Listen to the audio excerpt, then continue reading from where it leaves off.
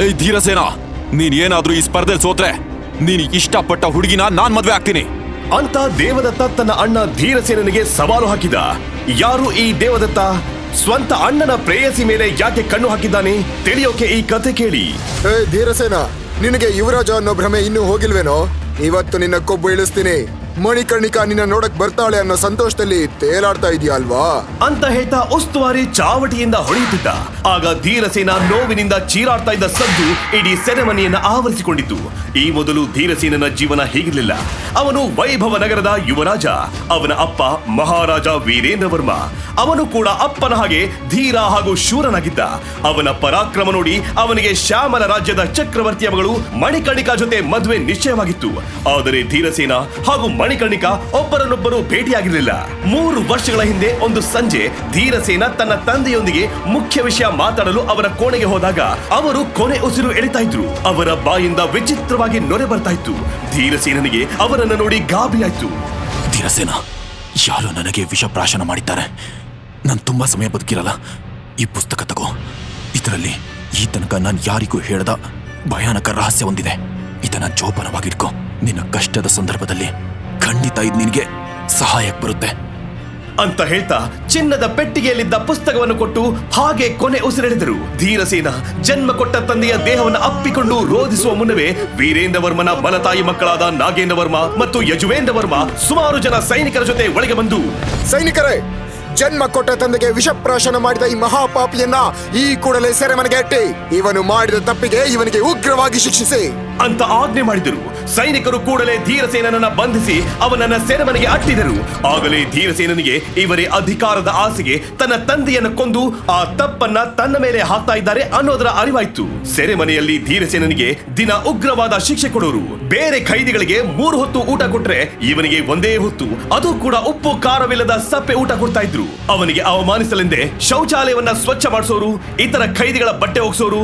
ಇದು ಸಾಲದು ಅಂತ ಅವನನ್ನ ದುರ್ಬಲವಾಗಿಸೋಕೆ ಯುದ್ಧ ಖೈದಿಯನ್ನಾಗಿ ನೇಮಕ ಮಾಡಿದರು. ಅದರ ಪ್ರಕಾರ ಶಸ್ತ್ರಾಭ್ಯಾಸ ಮಾಡುವ ಸೈನಿಕರು ತಮ್ಮ ಶಕ್ತಿನ ಈ ಖೈದಿಗಳ ಮೇಲೆ ಪ್ರಯೋಗ ಮಾಡ್ತಿರ್ತಾರೆ. ಈ ಸೈನಿಕರು ಎಷ್ಟೇ ಹೊಡೆದರೂ ಖೈದಿಗಳು ಮಾತ್ರ ಪ್ರತಿ ದಾಳಿ ಮಾಡೋ ಹಾಗಿರ್ಲಿಲ್ಲ. ಈ ಅಭ್ಯಾಸದಲ್ಲಿ ಎಷ್ಟೇ ಗಾಯವಾದ್ರೂ ಚಿಕಿತ್ಸೆ ಸಹ ಸರಿಯಾಗಿ ಕೊಡದೆ ಇನ್ನಷ್ಟು ಹಿಂಸೆ ಮಾಡೋರು. ಅವನು ನರಕ ಯಾತನೆ ಅನುಭವಿಸಿ ಸೊರಗಿ ಹೋಗಿದ್ದ. ಒಂದು ಕಡೆ ತಂದೆಯ ಸಾವಿನ ನೋವು, ಇನ್ನೊಂದು ಕಡೆ ಇವರು ಕೊಡೋ ಹಿಂಸೆ. ಹೇಗಿದ್ರು ಮಣಿಕರ್ಣಿಕಾ ಜೊತೆ ತನ್ನ ಮದುವೆ ನಿಶ್ಚಯ ಆಗಿರೋದ್ರಿಂದ ಅವಳ ತಂದೆಯ ಸಹಾಯವನ್ನ ಪಡೆಯಬೇಕು ಅನ್ನೋ ಆಲೋಚನೆ ಅವನ ಮನಸ್ಸಿಗೆ ಬಂತು. ಆದ್ರೆ ಗುಲಾಮನ ಹಾಗೆ ಜೈಲಿನಲ್ಲಿರುವ ತನಗೆ ಅವರು ತಮ್ಮ ಮಗಳನ್ನ ಕೊಟ್ಟು ಮದುವೆ ಮಾಡ್ತಾರ ಅನ್ನೋ ಪ್ರಶ್ನೆಗೆ ಮಾತ್ರ ಅವನಲ್ಲಿ ಉತ್ತರವಿರಲಿಲ್ಲ. ಸೆರೆಮನೆಯಲ್ಲಿ ಧೀರಸೇನನ ಕಥೆ ಇದಾದ್ರೆ ಅರಮನೆಯಲ್ಲಿ ನಾಗೇಂದ್ರ ವರ್ಮನ ಮಗ ದೇವದತ್ತ ಮಣಿಕರ್ಣಿಕಾಳನ್ನ ಮದುವೆ ಆಗೋಕೆ ಆಸೆ ಪಡ್ತಾ ಇದ್ದ. ಧೀರಸೇನನಿಗೆ ಮಣಿಕರ್ಣಿಕಾ ಜೊತೆ ಮದುವೆ ಗೊತ್ತಾದಾಗಲೇ ದೇವದತ್ತ ವರ್ಮನಿಗೆ ಸಾಕಷ್ಟು ಅಸೂಹೆ ಉಂಟಾಗಿತ್ತು. ಏಕೆಂದ್ರೆ ಅವನು ಮಣಿಕರ್ಣಿಕಾಳ ರೂಪಕ್ಕೆ ಮಾರು ಹೋಗಿದ್ದ. ಹೇಗಾದ್ರೂ ಮಾಡಿ ಅವಳನ್ನ ಪಡೆಯಲೇಬೇಕಲ್ಲ ಅನ್ನೋ ಆಸೆ ಅವನಿಗೂ ಇತ್ತು. ಅಷ್ಟರಲ್ಲಿ ಧೀರಸೇನ ಸೆರೆಮನೆಗೆ ಹೋದ. ಈಗ ತನ್ನ ದಾರಿ ಸುಗಮ ಆಯ್ತು ಅಂತ ದೇವದತ್ತ ಭಾವಿಸಿ ಶ್ಯಾಮಲ ರಾಜ್ಯದ ಚಕ್ರವರ್ತಿಗಳ ಜೊತೆ ಮದುವೆ ಮಾತುಕತೆ ಆಡಲು ತನ್ನ ತಂದೆ ನಾಗೇಂದ್ರ ವರ್ಮನನ್ನ ವಿನಂತಿಸಿದ. ಆದ್ರೆ ನಾಗೇಂದ್ರ ವರ್ಮ, ವೀರೇಂದ್ರ ವರ್ಮನನ್ನ ಮುಗಿಸಿ ಇನ್ನು ಕೆಲವೇ ದಿನಗಳಾಗಿವೆ. ಈಗಲೇ ಹೋಗಿ ನಾವು ಮದುವೆ ವಿಷಯ ಮಾತಾಡಿದ್ರೆ ನಮ್ಮ ಮೇಲೆ ಅನುಮಾನ ಬರ್ಬೋದು. ನೀನು ಮೊದಲು ನಿನ್ನ ಸಾಧನೆಯ ಕಡೆಗೆ ಗಮನ ಕೊಡು. ನಿನ್ನ ಸಾಧನೆ ಪೂರ್ಣವಾದ ಮೇಲೆ ಅವರೇ ಬಂದು ತಮ್ಮ ಮಗಳು ಮಣಿಕರ್ಣಿಕಾಳನ್ನ ದೇವದತ್ತನಿಗೆ ಮದುವೆ ಮಾಡಿಕೊಡ್ತೀನಿ ಅನ್ನಬೇಕು. ನೀನು ಅಷ್ಟು ದೊಡ್ಡದಾಗಿ ಸಾಧನೆ ಮಾಡು. ತಂದೆಯ ಮಾತನ್ನ ಕೇಳಿ ದೇವದತ್ತನಿಗೆ ನಿರಾಸೆಯಾದ್ರೂ ಅವರು ಹೇಳಿದ್ರಲ್ಲೂ ಸತ್ಯವಿದೆ ಅಂತ ಭಾವಿಸಿ ಸಾಧನೆಯ ಕಡೆಗೆ ಗಮನ ಕೊಟ್ಟ. ಅವನ ತಮ್ಮ ರಾಜದತ್ತನು ಕೂಡ ಮಹಾಯೋಧನಾಗೋಕೆ ಸಾಧನೆ ಮಾಡ್ತಾ ಇದ್ದ. ಅವರಿಬ್ಬರು ಹಾಗೆ ಸಾಧನೆ ಮಾಡ್ತಾ ಇದ್ರೆ ಧೀರಸೇನ ಸೆರೆಮನೆಯಲ್ಲಿ ನರಕಯಾತನೆ ಅನುಭವಿಸ್ತಾ ಕಣ್ಣೀರಲ್ಲಿ ಕೈ ತೊಳಿತಾ ಇದ್ದ. ಅಲ್ಲಿಂದ ಹೊರಬರುವ ಯಾವ ದಾರಿಯೂ ಅವನಿಗೆ ಸಿಗ್ತಾ ಇರಲಿಲ್ಲ. ಅದೇ ಸಮಯಕ್ಕೆ ಮಣಿಕರ್ಣಿಕಾ ವೈಭವ ನಗರಕ್ಕೆ ಬರ್ತಾಳೆ ಅನ್ನೋ ಸುದ್ದಿ ಹರಡಿತು. ಅಷ್ಟಲ್ಲಿ ದೇವದತ್ತ ಹಾಗೂ ರಾಜದತ್ತರ ಸಾಧನೆಯೂ ಒಂದು ಹಂತಕ್ಕೆ ಬಂದಿತ್ತು. ಅವಳು ಬರ್ತಾ ಇರೋ ಸುದ್ದಿ ಕೇಳಿ ದೇವದತ್ತನಿಗೆ ಯೋಚನೆ ಆಯ್ತು. ಒಂದು ವೇಳೆ ಮಣಿಕರ್ಣಿಕಾ ಧೀರಸೇನನನ್ನ ಭೇಟಿಯಾದ್ರೆ ಅಂತ ಕೊಂಚ ಆತಂಕಗೊಂಡು ಅದನ್ನೇ ತನ್ನ ತಂದೆಗೆ ಹೇಳಿದ. ಆಗ ನಾಗೇಂದ್ರ ವರ್ಮ, ಆತಂಕ ಪಡುವ ಅಗತ್ಯವಿಲ್ಲ ದೇವದತ್ತ. ನಿನ್ನ ಸಾಮರ್ಥ್ಯನ ಅವಳ ಮುಂದೆ ತೋರಿಸೋಕೆ ಇದು ಒಳ್ಳೆ ಅವಕಾಶ ಅಂತ ಹೇಳಿದ. ನಾಗೇಂದ್ರ ವರ್ಮನ ಮಾತು ದೇವದತ್ತನಿಗೂ ಸರಿ ಅನಿಸ್ತು. ಅವನು ತಂದೆಯ ಮಾತಿಗೆ ಒಪ್ಪಿದ. ಇತ್ತ ಸೆರೆಯಲ್ಲಿದ್ದ ಧೀರಸೇನನಿಗೆ ಮಣಿಕರ್ಣಿಕಾ ವೈಭವ ನಗರಕ್ಕೆ ಬರ್ತಾ ಇದ್ದಾಳೆ ಅನ್ನೋ ಸುದ್ದಿಯನ್ನ ದೇವದತ್ತ ಉದ್ದೇಶಪೂರ್ವಕವಾಗಿಯೇ ಕಾವಲುಗಾರರ ಮೂಲಕ ತಲುಪಿಸಿದ. ಆ ಸುದ್ದಿಯನ್ನ ಕೇಳಿ ಧೀರಸೇನನಿಗೆ ಖುಷಿ ಆಯ್ತು. ಅವನು ಈ ತನಕ ಅವಳನ್ನ ನೋಡಿರಲಿಲ್ಲ. ಮಣಿಕರ್ಣಿಕಾ ಬಂದ್ರೆ ಅವಳ ಜೊತೆ ಏನ್ ಮಾತಾಡ್ಲಿ, ನಾನು ಗುಲಾಮನ ಹಾಗೆ ಬದುಕ್ತಾ ಇರೋದನ್ನ ನೋಡಿ ಅವಳ ಪ್ರತಿಕ್ರಿಯೆ ಹೇಗಿರಬಹುದು ಅಂತೆಲ್ಲ ಅವನ ತಲೆಯಲ್ಲಿ ಓಡಾಡ್ತಾ ಇರುವಾಗ ದೇವದತ್ತ ಅವನ ತಮ್ಮ ರಾಜದತ್ತ ರಾಜದತ್ತನ ಜೊತೆ ಸೆರೆಮನೆಗೆ ಬಂದ. ಅವರಿಬ್ಬರನ್ನು ನೋಡಿ ಧೀರಸೇನನಿಗೆ ಆಶ್ಚರ್ಯ, ಸಿಟ್ಟು ಎಲ್ಲವೂ ಒಟ್ಟಿಗೆ ಆಯ್ತು. ಆಗ ರಾಜದತ್ತ, ಅಯ್ಯೋ ಪಾಪ, ನಮ್ಮಣ್ಣ ಧೀರಸೇನ ಎಷ್ಟು ಸೊರಗಿ ಹೋಗಿದ್ದಾನೆ. ಯುದ್ಧ ಕೈದಿಯ ಮೈ ಮೇಲೆ ಎಷ್ಟೊಂದು ಗಾಯಗಳು. ಇವನಿಗೆ ಔಷಧಿ ಕೊಡ್ತಾ ಇಲ್ವಾ ಸೇವಕರೇ ಅಂತ ವ್ಯಂಗ್ಯವಾಗಿ ವಿಚಾರಿಸಿದ. ಆಗ ಸೇವಕ ಧೀರಸೇನನಿಗೆ ಯಾವ ಔಷಧಿಯೂ ಕೊಡಬಾರದೆಂದು ರಾಜಾಜ್ಞೆಯಾಗಿದೆ ಅಂತ ಹೇಳಿದ. ಅದನ್ನ ಕೇಳಿದ ದೇವದತ್ತ ನಗುತ್ತಾ, ಹೌದೌದು, ನಮ್ಮ ಅಣ್ಣ ಎಷ್ಟೇ ಆದ್ರೂ ಧೀರನಲ್ಲವೇ? ಅವನಿಗೆ ಔಷಧಿ ಯಾಕೆ? ದೇಹವೆಲ್ಲ ಸೊರಗಿದ್ರು ಮುಖದಲ್ಲಿ ಸಂತೋಷ ತೇಲಾಡ್ತಾ ಇದೆ. ಅಂದ್ರೆ ಮಣಿಕರ್ಣಿಕಾ ಬರ್ತಾಳೆ ಅನ್ನೋ ಸುದ್ದಿ ತಲುಪಿದೆ ಅಂತಾಯ್ತು. ಆದ್ರೆ ನಾನು ಇನ್ನೊಂದು ಸುದ್ದಿನ ತಲುಪಿಸೋದಕ್ ಬಂದಿದ್ದೀನಿ. ಅದೇನಂದ್ರೆ ನಿನ್ನ ಪ್ರಿಯತಮೆಯನ್ನ ನಾನ್ ಮದ್ವೆ ಆಗ್ತೀನಿ ಅಂತ ಹೇಳ್ತಾ ದೇವದತ್ತ ಗಹಗಹಿಸಿನಕ್ಕ. ಈ ಮಾತನ್ನ ಕೇಳಿ ಧೀರಸೇನನಿಗೆ ರೋಷ ಉಕ್ಕಿ ಬಂತು. ಅವನು ದೇವದತ್ತ ಅಂತ ಅಬ್ಬರಿಸಿ ದೇವದತ್ತನಿಗೆ ಹೊಡೆಯೋಕೆ ಅವನ ಕಡೆ ನುಗ್ಗಿದ. ಆಗ ಸೈನಿಕರು ಅವನನ್ನ ತಡೆದರು. ದೇವದತ್ತ ಮತ್ತು ರಾಜದತ್ತ ಇಬ್ಬರಿಗೂ ಸಿಟ್ಟು ಬಂತು. ರಾಜದತ್ತ ಅಬ್ಬರಿಸಿದ, ಓ, ನಮ್ಮಣ್ಣನಿಗೆ ಹೊಡೆಯೋ ಅಷ್ಟು ಶಕ್ತಿ ಇದೆಯಾ ನಿಂಗೆ? ಸರಿ, ಒಂದು ಷರತ್ತು, ನೀನು ನನ್ನ ಜೊತೆ ಒಂದು ಪಂದ್ಯ ಆಡ್ಬೇಕು. ಆ ಪಂದ್ಯದಲ್ಲಿ ನೀನು ಜೀವಂತವಾಗಿ ಉಳಿದ್ರೆ ನಿನ್ನ ಬಿಡುಗಡೆ ಮಾಡಿ ಅವಳ ಜೊತೆ ನಿನ್ನ ಮದುವೆ ಮಾಡಿಸ್ತೀನಿ. ಅದ್ಯಾವ ಪಂದ್ಯ ಹೇಳು ರಾಜದತ್ತ? ಅದನ್ನ ಗೆದ್ದು ನಾನು ಖಂಡಿತ ಮಣಿಕರ್ಣಿಕಳನ್ನ ನನ್ನವಳನ್ನಾಗಿಸ್ಕೊಳ್ತೀನಿ ಅಂತ ಧೀರಸೇನ ಹೇಳಿದಾಗ ರಾಜದತ್ತ ಅಲ್ಲಿರುವ ಉಸ್ತುವಾರಿಗೆ ಒಬ್ಬ ಬಲಶಾಲಿ ಖೈದಿಯನ್ನ ಕರ್ಕೊಂಡು ಬರುವಂತೆ ಹೇಳಿದ. ಉಸ್ತುವಾರಿ ಆ ಖೈದಿಯನ್ನ ಕರ್ಕೊಂಡು ಬಂದ ಕೂಡಲೇ ರಾಜದತ್ತ ಆಳವಾದ ಉಸಿರು ತಗೊಂಡು ತನ್ನ ಎರಡೂ ಕೈಯನ್ನ ಮುಷ್ಟಿ ಕಟ್ಟಿ ಎದೆಯ ಮುಂಭಾಗದಲ್ಲಿ ಹಿಡ್ಕೊಂಡು ಕಣ್ಣು ಮುಚ್ಚಿದ. ಅವನ ದೇಹದ ತುಂಬಾ ತಿಳಿ ನೀಲಿ ಬಣ್ಣದ ಬೆಳಕು ಪ್ರಜ್ವಲಿಸಿತು. ಆ ಭಯಾನಕವಾದ ಪ್ರಭಾವರಿಯ ನೋಡ್ತಿದ್ದ ಹಾಗೆ ಅಲ್ಲಿದ್ದ ಎಲ್ಲರೂ ಬೆಚ್ಚಿ ಬಿದ್ದರು. ರಾಜದತ್ತ ತನ್ನ ಮುಷ್ಟಿಯಿಂದ ಅವನ ಎದೆಯ ಮೇಲೆ ಗುದ್ದಿದ. ಆಗ ಭೂಮಿಯೇ ಕಂಪಿಸುವಷ್ಟು ಜೋರಾದ ಸದ್ದು ಕೇಳಿಸಿತು. ಖೈದಿ ಹಾಕಿದ್ದ ರಕ್ಷಾ ಕವಚ ಒಂದೇ ಏಟಿಗೆ ಒಡೆದು ತುಂಡಾಗಿ ಎದೆಯ ಮೂಳೆಗಳೆಲ್ಲ ಪುಡಿ ಪುಡಿ ಆಗೋಗಿತ್ತು. ಅವನು ಸುಮಾರು ದೂರ ಹಾರಿ ಹೋಗಿ ನೆಲದ ಮೇಲೆ ಬಿದ್ದ.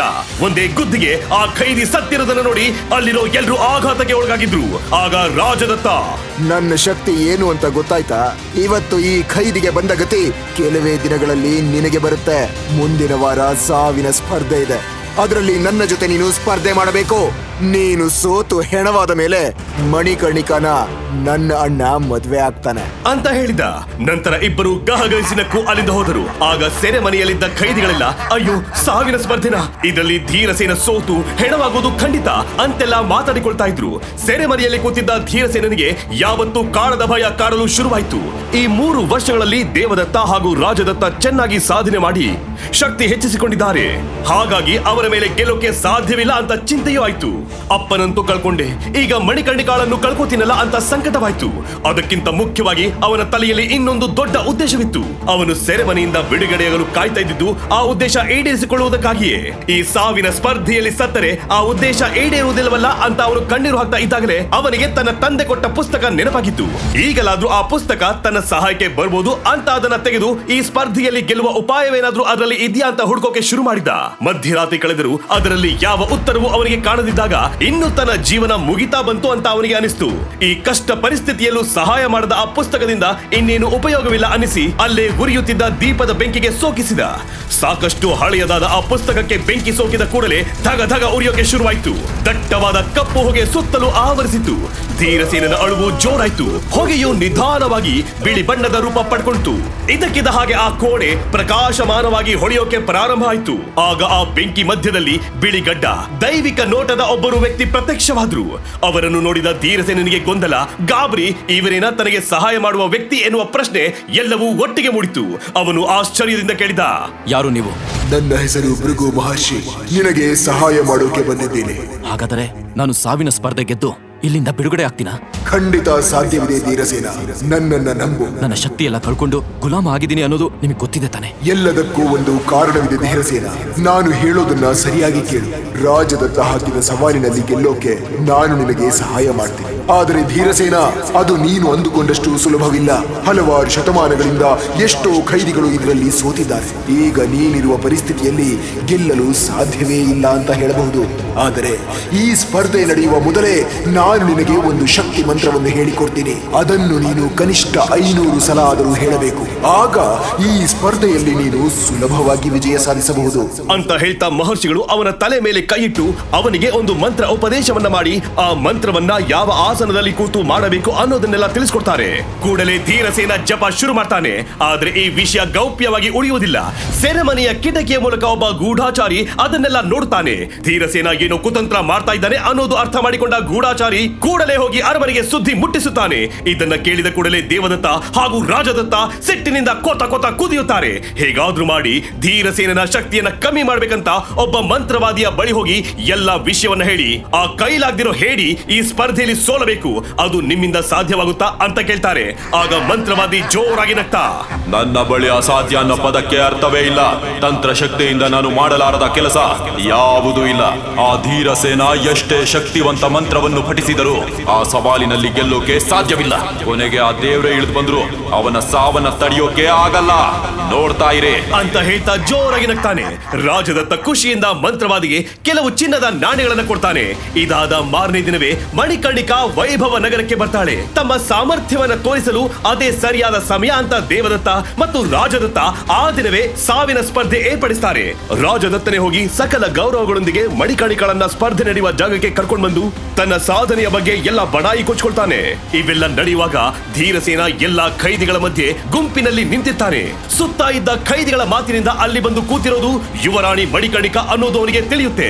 ಇದೇ ಮೊದಲ ಬಾರಿಗೆ ತಾನು ಅವಳನ್ನ ನೋಡ್ತಾ ಇರೋದ್ರಿಂದ ಅವನಿಗೆ ಖುಷಿ ಆಗುತ್ತೆ. ಆದ್ರೆ ಆ ಖುಷಿಯನ್ನು ವ್ಯಕ್ತಪಡಿಸುವಷ್ಟು ವ್ಯವಧಾನ ಅವನಿಗೆ ಇರುವುದಿಲ್ಲ.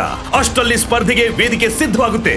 ಇನ್ನೇನು ಧೀರಸೇನ ವೇದಿಕೆ ಕಡೆ ಹೋಗಬೇಕು. ಆಗ ಭೃಗು ಮಹರ್ಷಿಗಳಿಗೆ ಧೀರಸೇನ ಮಂತ್ರವಾದಿಯಿಂದ ತನ್ನ ಶಕ್ತಿಯನ್ನು ಕಳ್ಕೊಂಡಿರೋದು ತಮ್ಮ ದಿವ್ಯ ದೃಷ್ಟಿಯಿಂದ ಗೊತ್ತಾಗುತ್ತೆ. ಅವರು ಯಾರಿಗೂ ಕಾಣದಂತೆ ಗಾಳಿ ರೂಪದಲ್ಲಿ ಅಲ್ಲಿ ಪ್ರತ್ಯಕ್ಷವಾಗಿ ಧೀರಸೇನನ ಕಿವಿಯಲ್ಲಿ, ಧೀರಸೇನ ನಿಲ್ಲು, ನೀನು ಈ ಸ್ಪರ್ಧೆಯಲ್ಲಿ ಭಾಗವಹಿಸಬೇಡ. ನಾನು ಕೊಟ್ಟ ಮಂತ್ರನ ಜಪ ಮಾಡಿ ನೀನು ಶಕ್ತಿ ಹೆಚ್ಚಿಸಿಕೊಂಡಿದ್ರು. ಇವರು ಏನೋ ಕುತಂತ್ರ ಮಾಡಿ ನಿನ್ನ ಶಕ್ತಿ ನಶಿಸಿ ಹೋಗುವ ಹಾಗೆ ಮಾಡಿದ್ದಾರೆ. ಈಗ ಈ ಸ್ಪರ್ಧೆಗೆ ಹೋದರೆ ನಿನ್ನ ಪ್ರಾಣಕ್ಕೆ ಪ್ರಮಾದ ಅಂತ ಗಾಬರಿಯಲ್ಲಿ ಹೇಳ್ತಾರೆ. ಆಗ ಧೀರಸೇನ, ಇಲ್ಲ ಮಹರ್ಷಿಗಳೇ, ನಾನೊಂದು ದೊಡ್ಡ ಉದ್ದೇಶಕ್ಕಾಗಿ ಈ ಸ್ಪರ್ಧೆಯಲ್ಲಿ ಗೆದ್ದು ಈ ನರಕದಿಂದ ಬಿಡುಗಡೆಯಾಗಲೇಬೇಕು. ಏನಾದರೂ ಆಗ್ಲಿ, ನಾನ್ ಮಾತ್ರ ಹಿಂದೆ ಸರಿಯೋ ಮಾತೇ ಇಲ್ಲ ಅಂತ ಮಹರ್ಷಿಗಳ ಮಾತನ್ನ ಲೆಕ್ಕಿಸದೆ ಪಂದ್ಯ ಆಡೋಕೆ ಹೋಗ್ತಾನೆ. ಸೇರಿದ್ದ ಖೈದಿಗಳೆಲ್ಲ ಏನಾಗೋದು ಅಂತ ಕುತೂಹಲದಿಂದ ನೋಡ್ತಾ ಇರ್ತಾರೆ. ಮಣಿಕರ್ಣಿಕಾ ಕೂಡ ರಾಜದತ್ತ ಯಾವ ಪ್ರಯೋಗವನ್ನ ಮಾಡ್ತಾನೆ ಅಂತ ಕಾಯ್ತಾ ಇರ್ತಾಳೆ. ಆಗ ಉಸ್ತುವಾರಿ, ಈಗ ರಾಜದತ್ತ ವರ್ಮರಿಗೂ ತಂದೆಯನ್ನೇ ಕೊಂದು ಸೆರೆವಾಸಿಯಾಗಿರುವ ಈ ಗುಲಾಮ ಧೀರಸೇನನಿಗೂ ಸ್ಪರ್ಧೆ ಅಂತ ಹೇಳಿದ ಕೂಡಲೇ ಮಣಿಕರ್ಣಿಕಾ ಒಂದು ಕ್ಷಣ ಬೆಚ್ಚಿ ಬೀಳ್ತಾಳೆ. ಅವನ ಜೊತೆಯೇ ಅಲ್ವಾ ತನ್ನ ಮದ್ವೆ ನಿಶ್ಚಯವಾಗಿದ್ದು ಅಂತ ಅವಳಿಗೆ ತಕ್ಷಣ ನೆನಪಾಗುತ್ತೆ. ಮದ್ವೆ ನಿಶ್ಚಯವಾಗಿದ್ರು ಅವಳು ಧೀರಸೇನನನ್ನ ನೋಡಿರಲಿಲ್ಲ. ಈಗ ಇಂಥ ಸಂದರ್ಭದಲ್ಲಿ ಇವನನ್ನ ನೋಡ್ತಿದ್ದೀನಲ್ಲ ಅಂತ ಅವಳಿಗೆ ಸಂಕಟವೇನೋ ಆಯ್ತು. ಆದ್ರೆ ಅವಳು ಅಲ್ಲಿ ಏನೋ ಮಾತಾಡುವಂತೆಯೂ ಇರಲಿಲ್ಲ. ಬೇರೆ ದಾರಿಯಿಲ್ಲದೆ ಮೌನವಾಗಿ ಪಂದ್ಯದ ಕಡೆ ಗಮನ ಕೊಟ್ಟಳು. ರಾಜದತ್ತ ಮನಸ್ಸೋ ಇಚ್ಛೆ ಧೀರಸೇನನಿಗೆ ಹೊಡೆಯೋಕೆ ಶುರು ಮಾಡಿದ. ಅವನ ಒಂದೊಂದು ಹೊಡೆತಕ್ಕೂ ಧೀರಸೇನ ನಲುಗಿ ಹೋದ. ಮೊದಲೇ ಗಾಯವಾಗಿದ್ದ ಮೈಯಿಂದ ಈಗ ಧಾರಾಕಾರವಾಗಿ ರಕ್ತ ಸುರಿಯಿತು. ಆಗ ರಾಜದತ್ತ ಮಣಿಕರ್ಣಿಕಾ ಕಡೆ ತಿರುಗಿ, ಯುವರಾಣಿ ಮಣಿಕರ್ಣಿಕಾ, ಈಗ ಒಂದೇ ಹೊಡೆತಕ್ಕೆ ಎದುರಾಳಿ ಪ್ರಾಣ ಹಾರಿ ಹೋಗುತ್ತೆ. ನೋಡ್ತಾ ಇರಿ ನಾನು ಹೇಗೆ ದಾಳಿ ಮಾಡ್ತೀನಿ ಅಂತ ಹೇಳ್ತಾ ರಭಸವಾಗಿ ಧೀರಸೇನನ ಕಡೆ ನುಗ್ತಾನೆ. ಇನ್ನೇನು ಅವನು ಧೀರಸೇನನಿಗೆ ಹೊಡೆಯಬೇಕು. ಆಗ ಒಂದು ಭಯಾನಕ ಪವಾಡ ನಡೆದೇ ಹೋಗುತ್ತೆ. ಅದನ್ನು ನೋಡಿ ಅಲ್ಲಿದ್ದ ಎಲ್ಲರಿಗೂ ಭೂಮಿ ಬಾಯ್ಬಿಟ್ಟಂತೆ. ಆದ್ರೆ ಮಣಿಕರ್ಣಿಕಾ ಸಿಡಿಲು ಬಡಿದಂತೆ ನಿಂತು ಬಿಡ್ತಾಳೆ. ಹಾಗಾದ್ರೆ ಅಲ್ಲಿ ನಡೆದ ಆ ಭಯಾನಕ ಪವಾಡವೇನು? ಅದನ್ನು ನೋಡಿ ಮಣಿಕರ್ಣಿಕಾಗೆ ಸಿಡಿಲು ಬಡಿದಂತೆ ಆಗೋದು ಯಾಕೆ? ಧೀರಸೇನ ಈ ಕಠಿಣ ಪರೀಕ್ಷೆಯಲ್ಲಿ ಗೆದ್ದಾನ? ಧೀರಸೇನ ಸೆರೆಮನೆಯಿಂದ ಬಿಡುಗಡೆ ಆಗ್ತಾನ?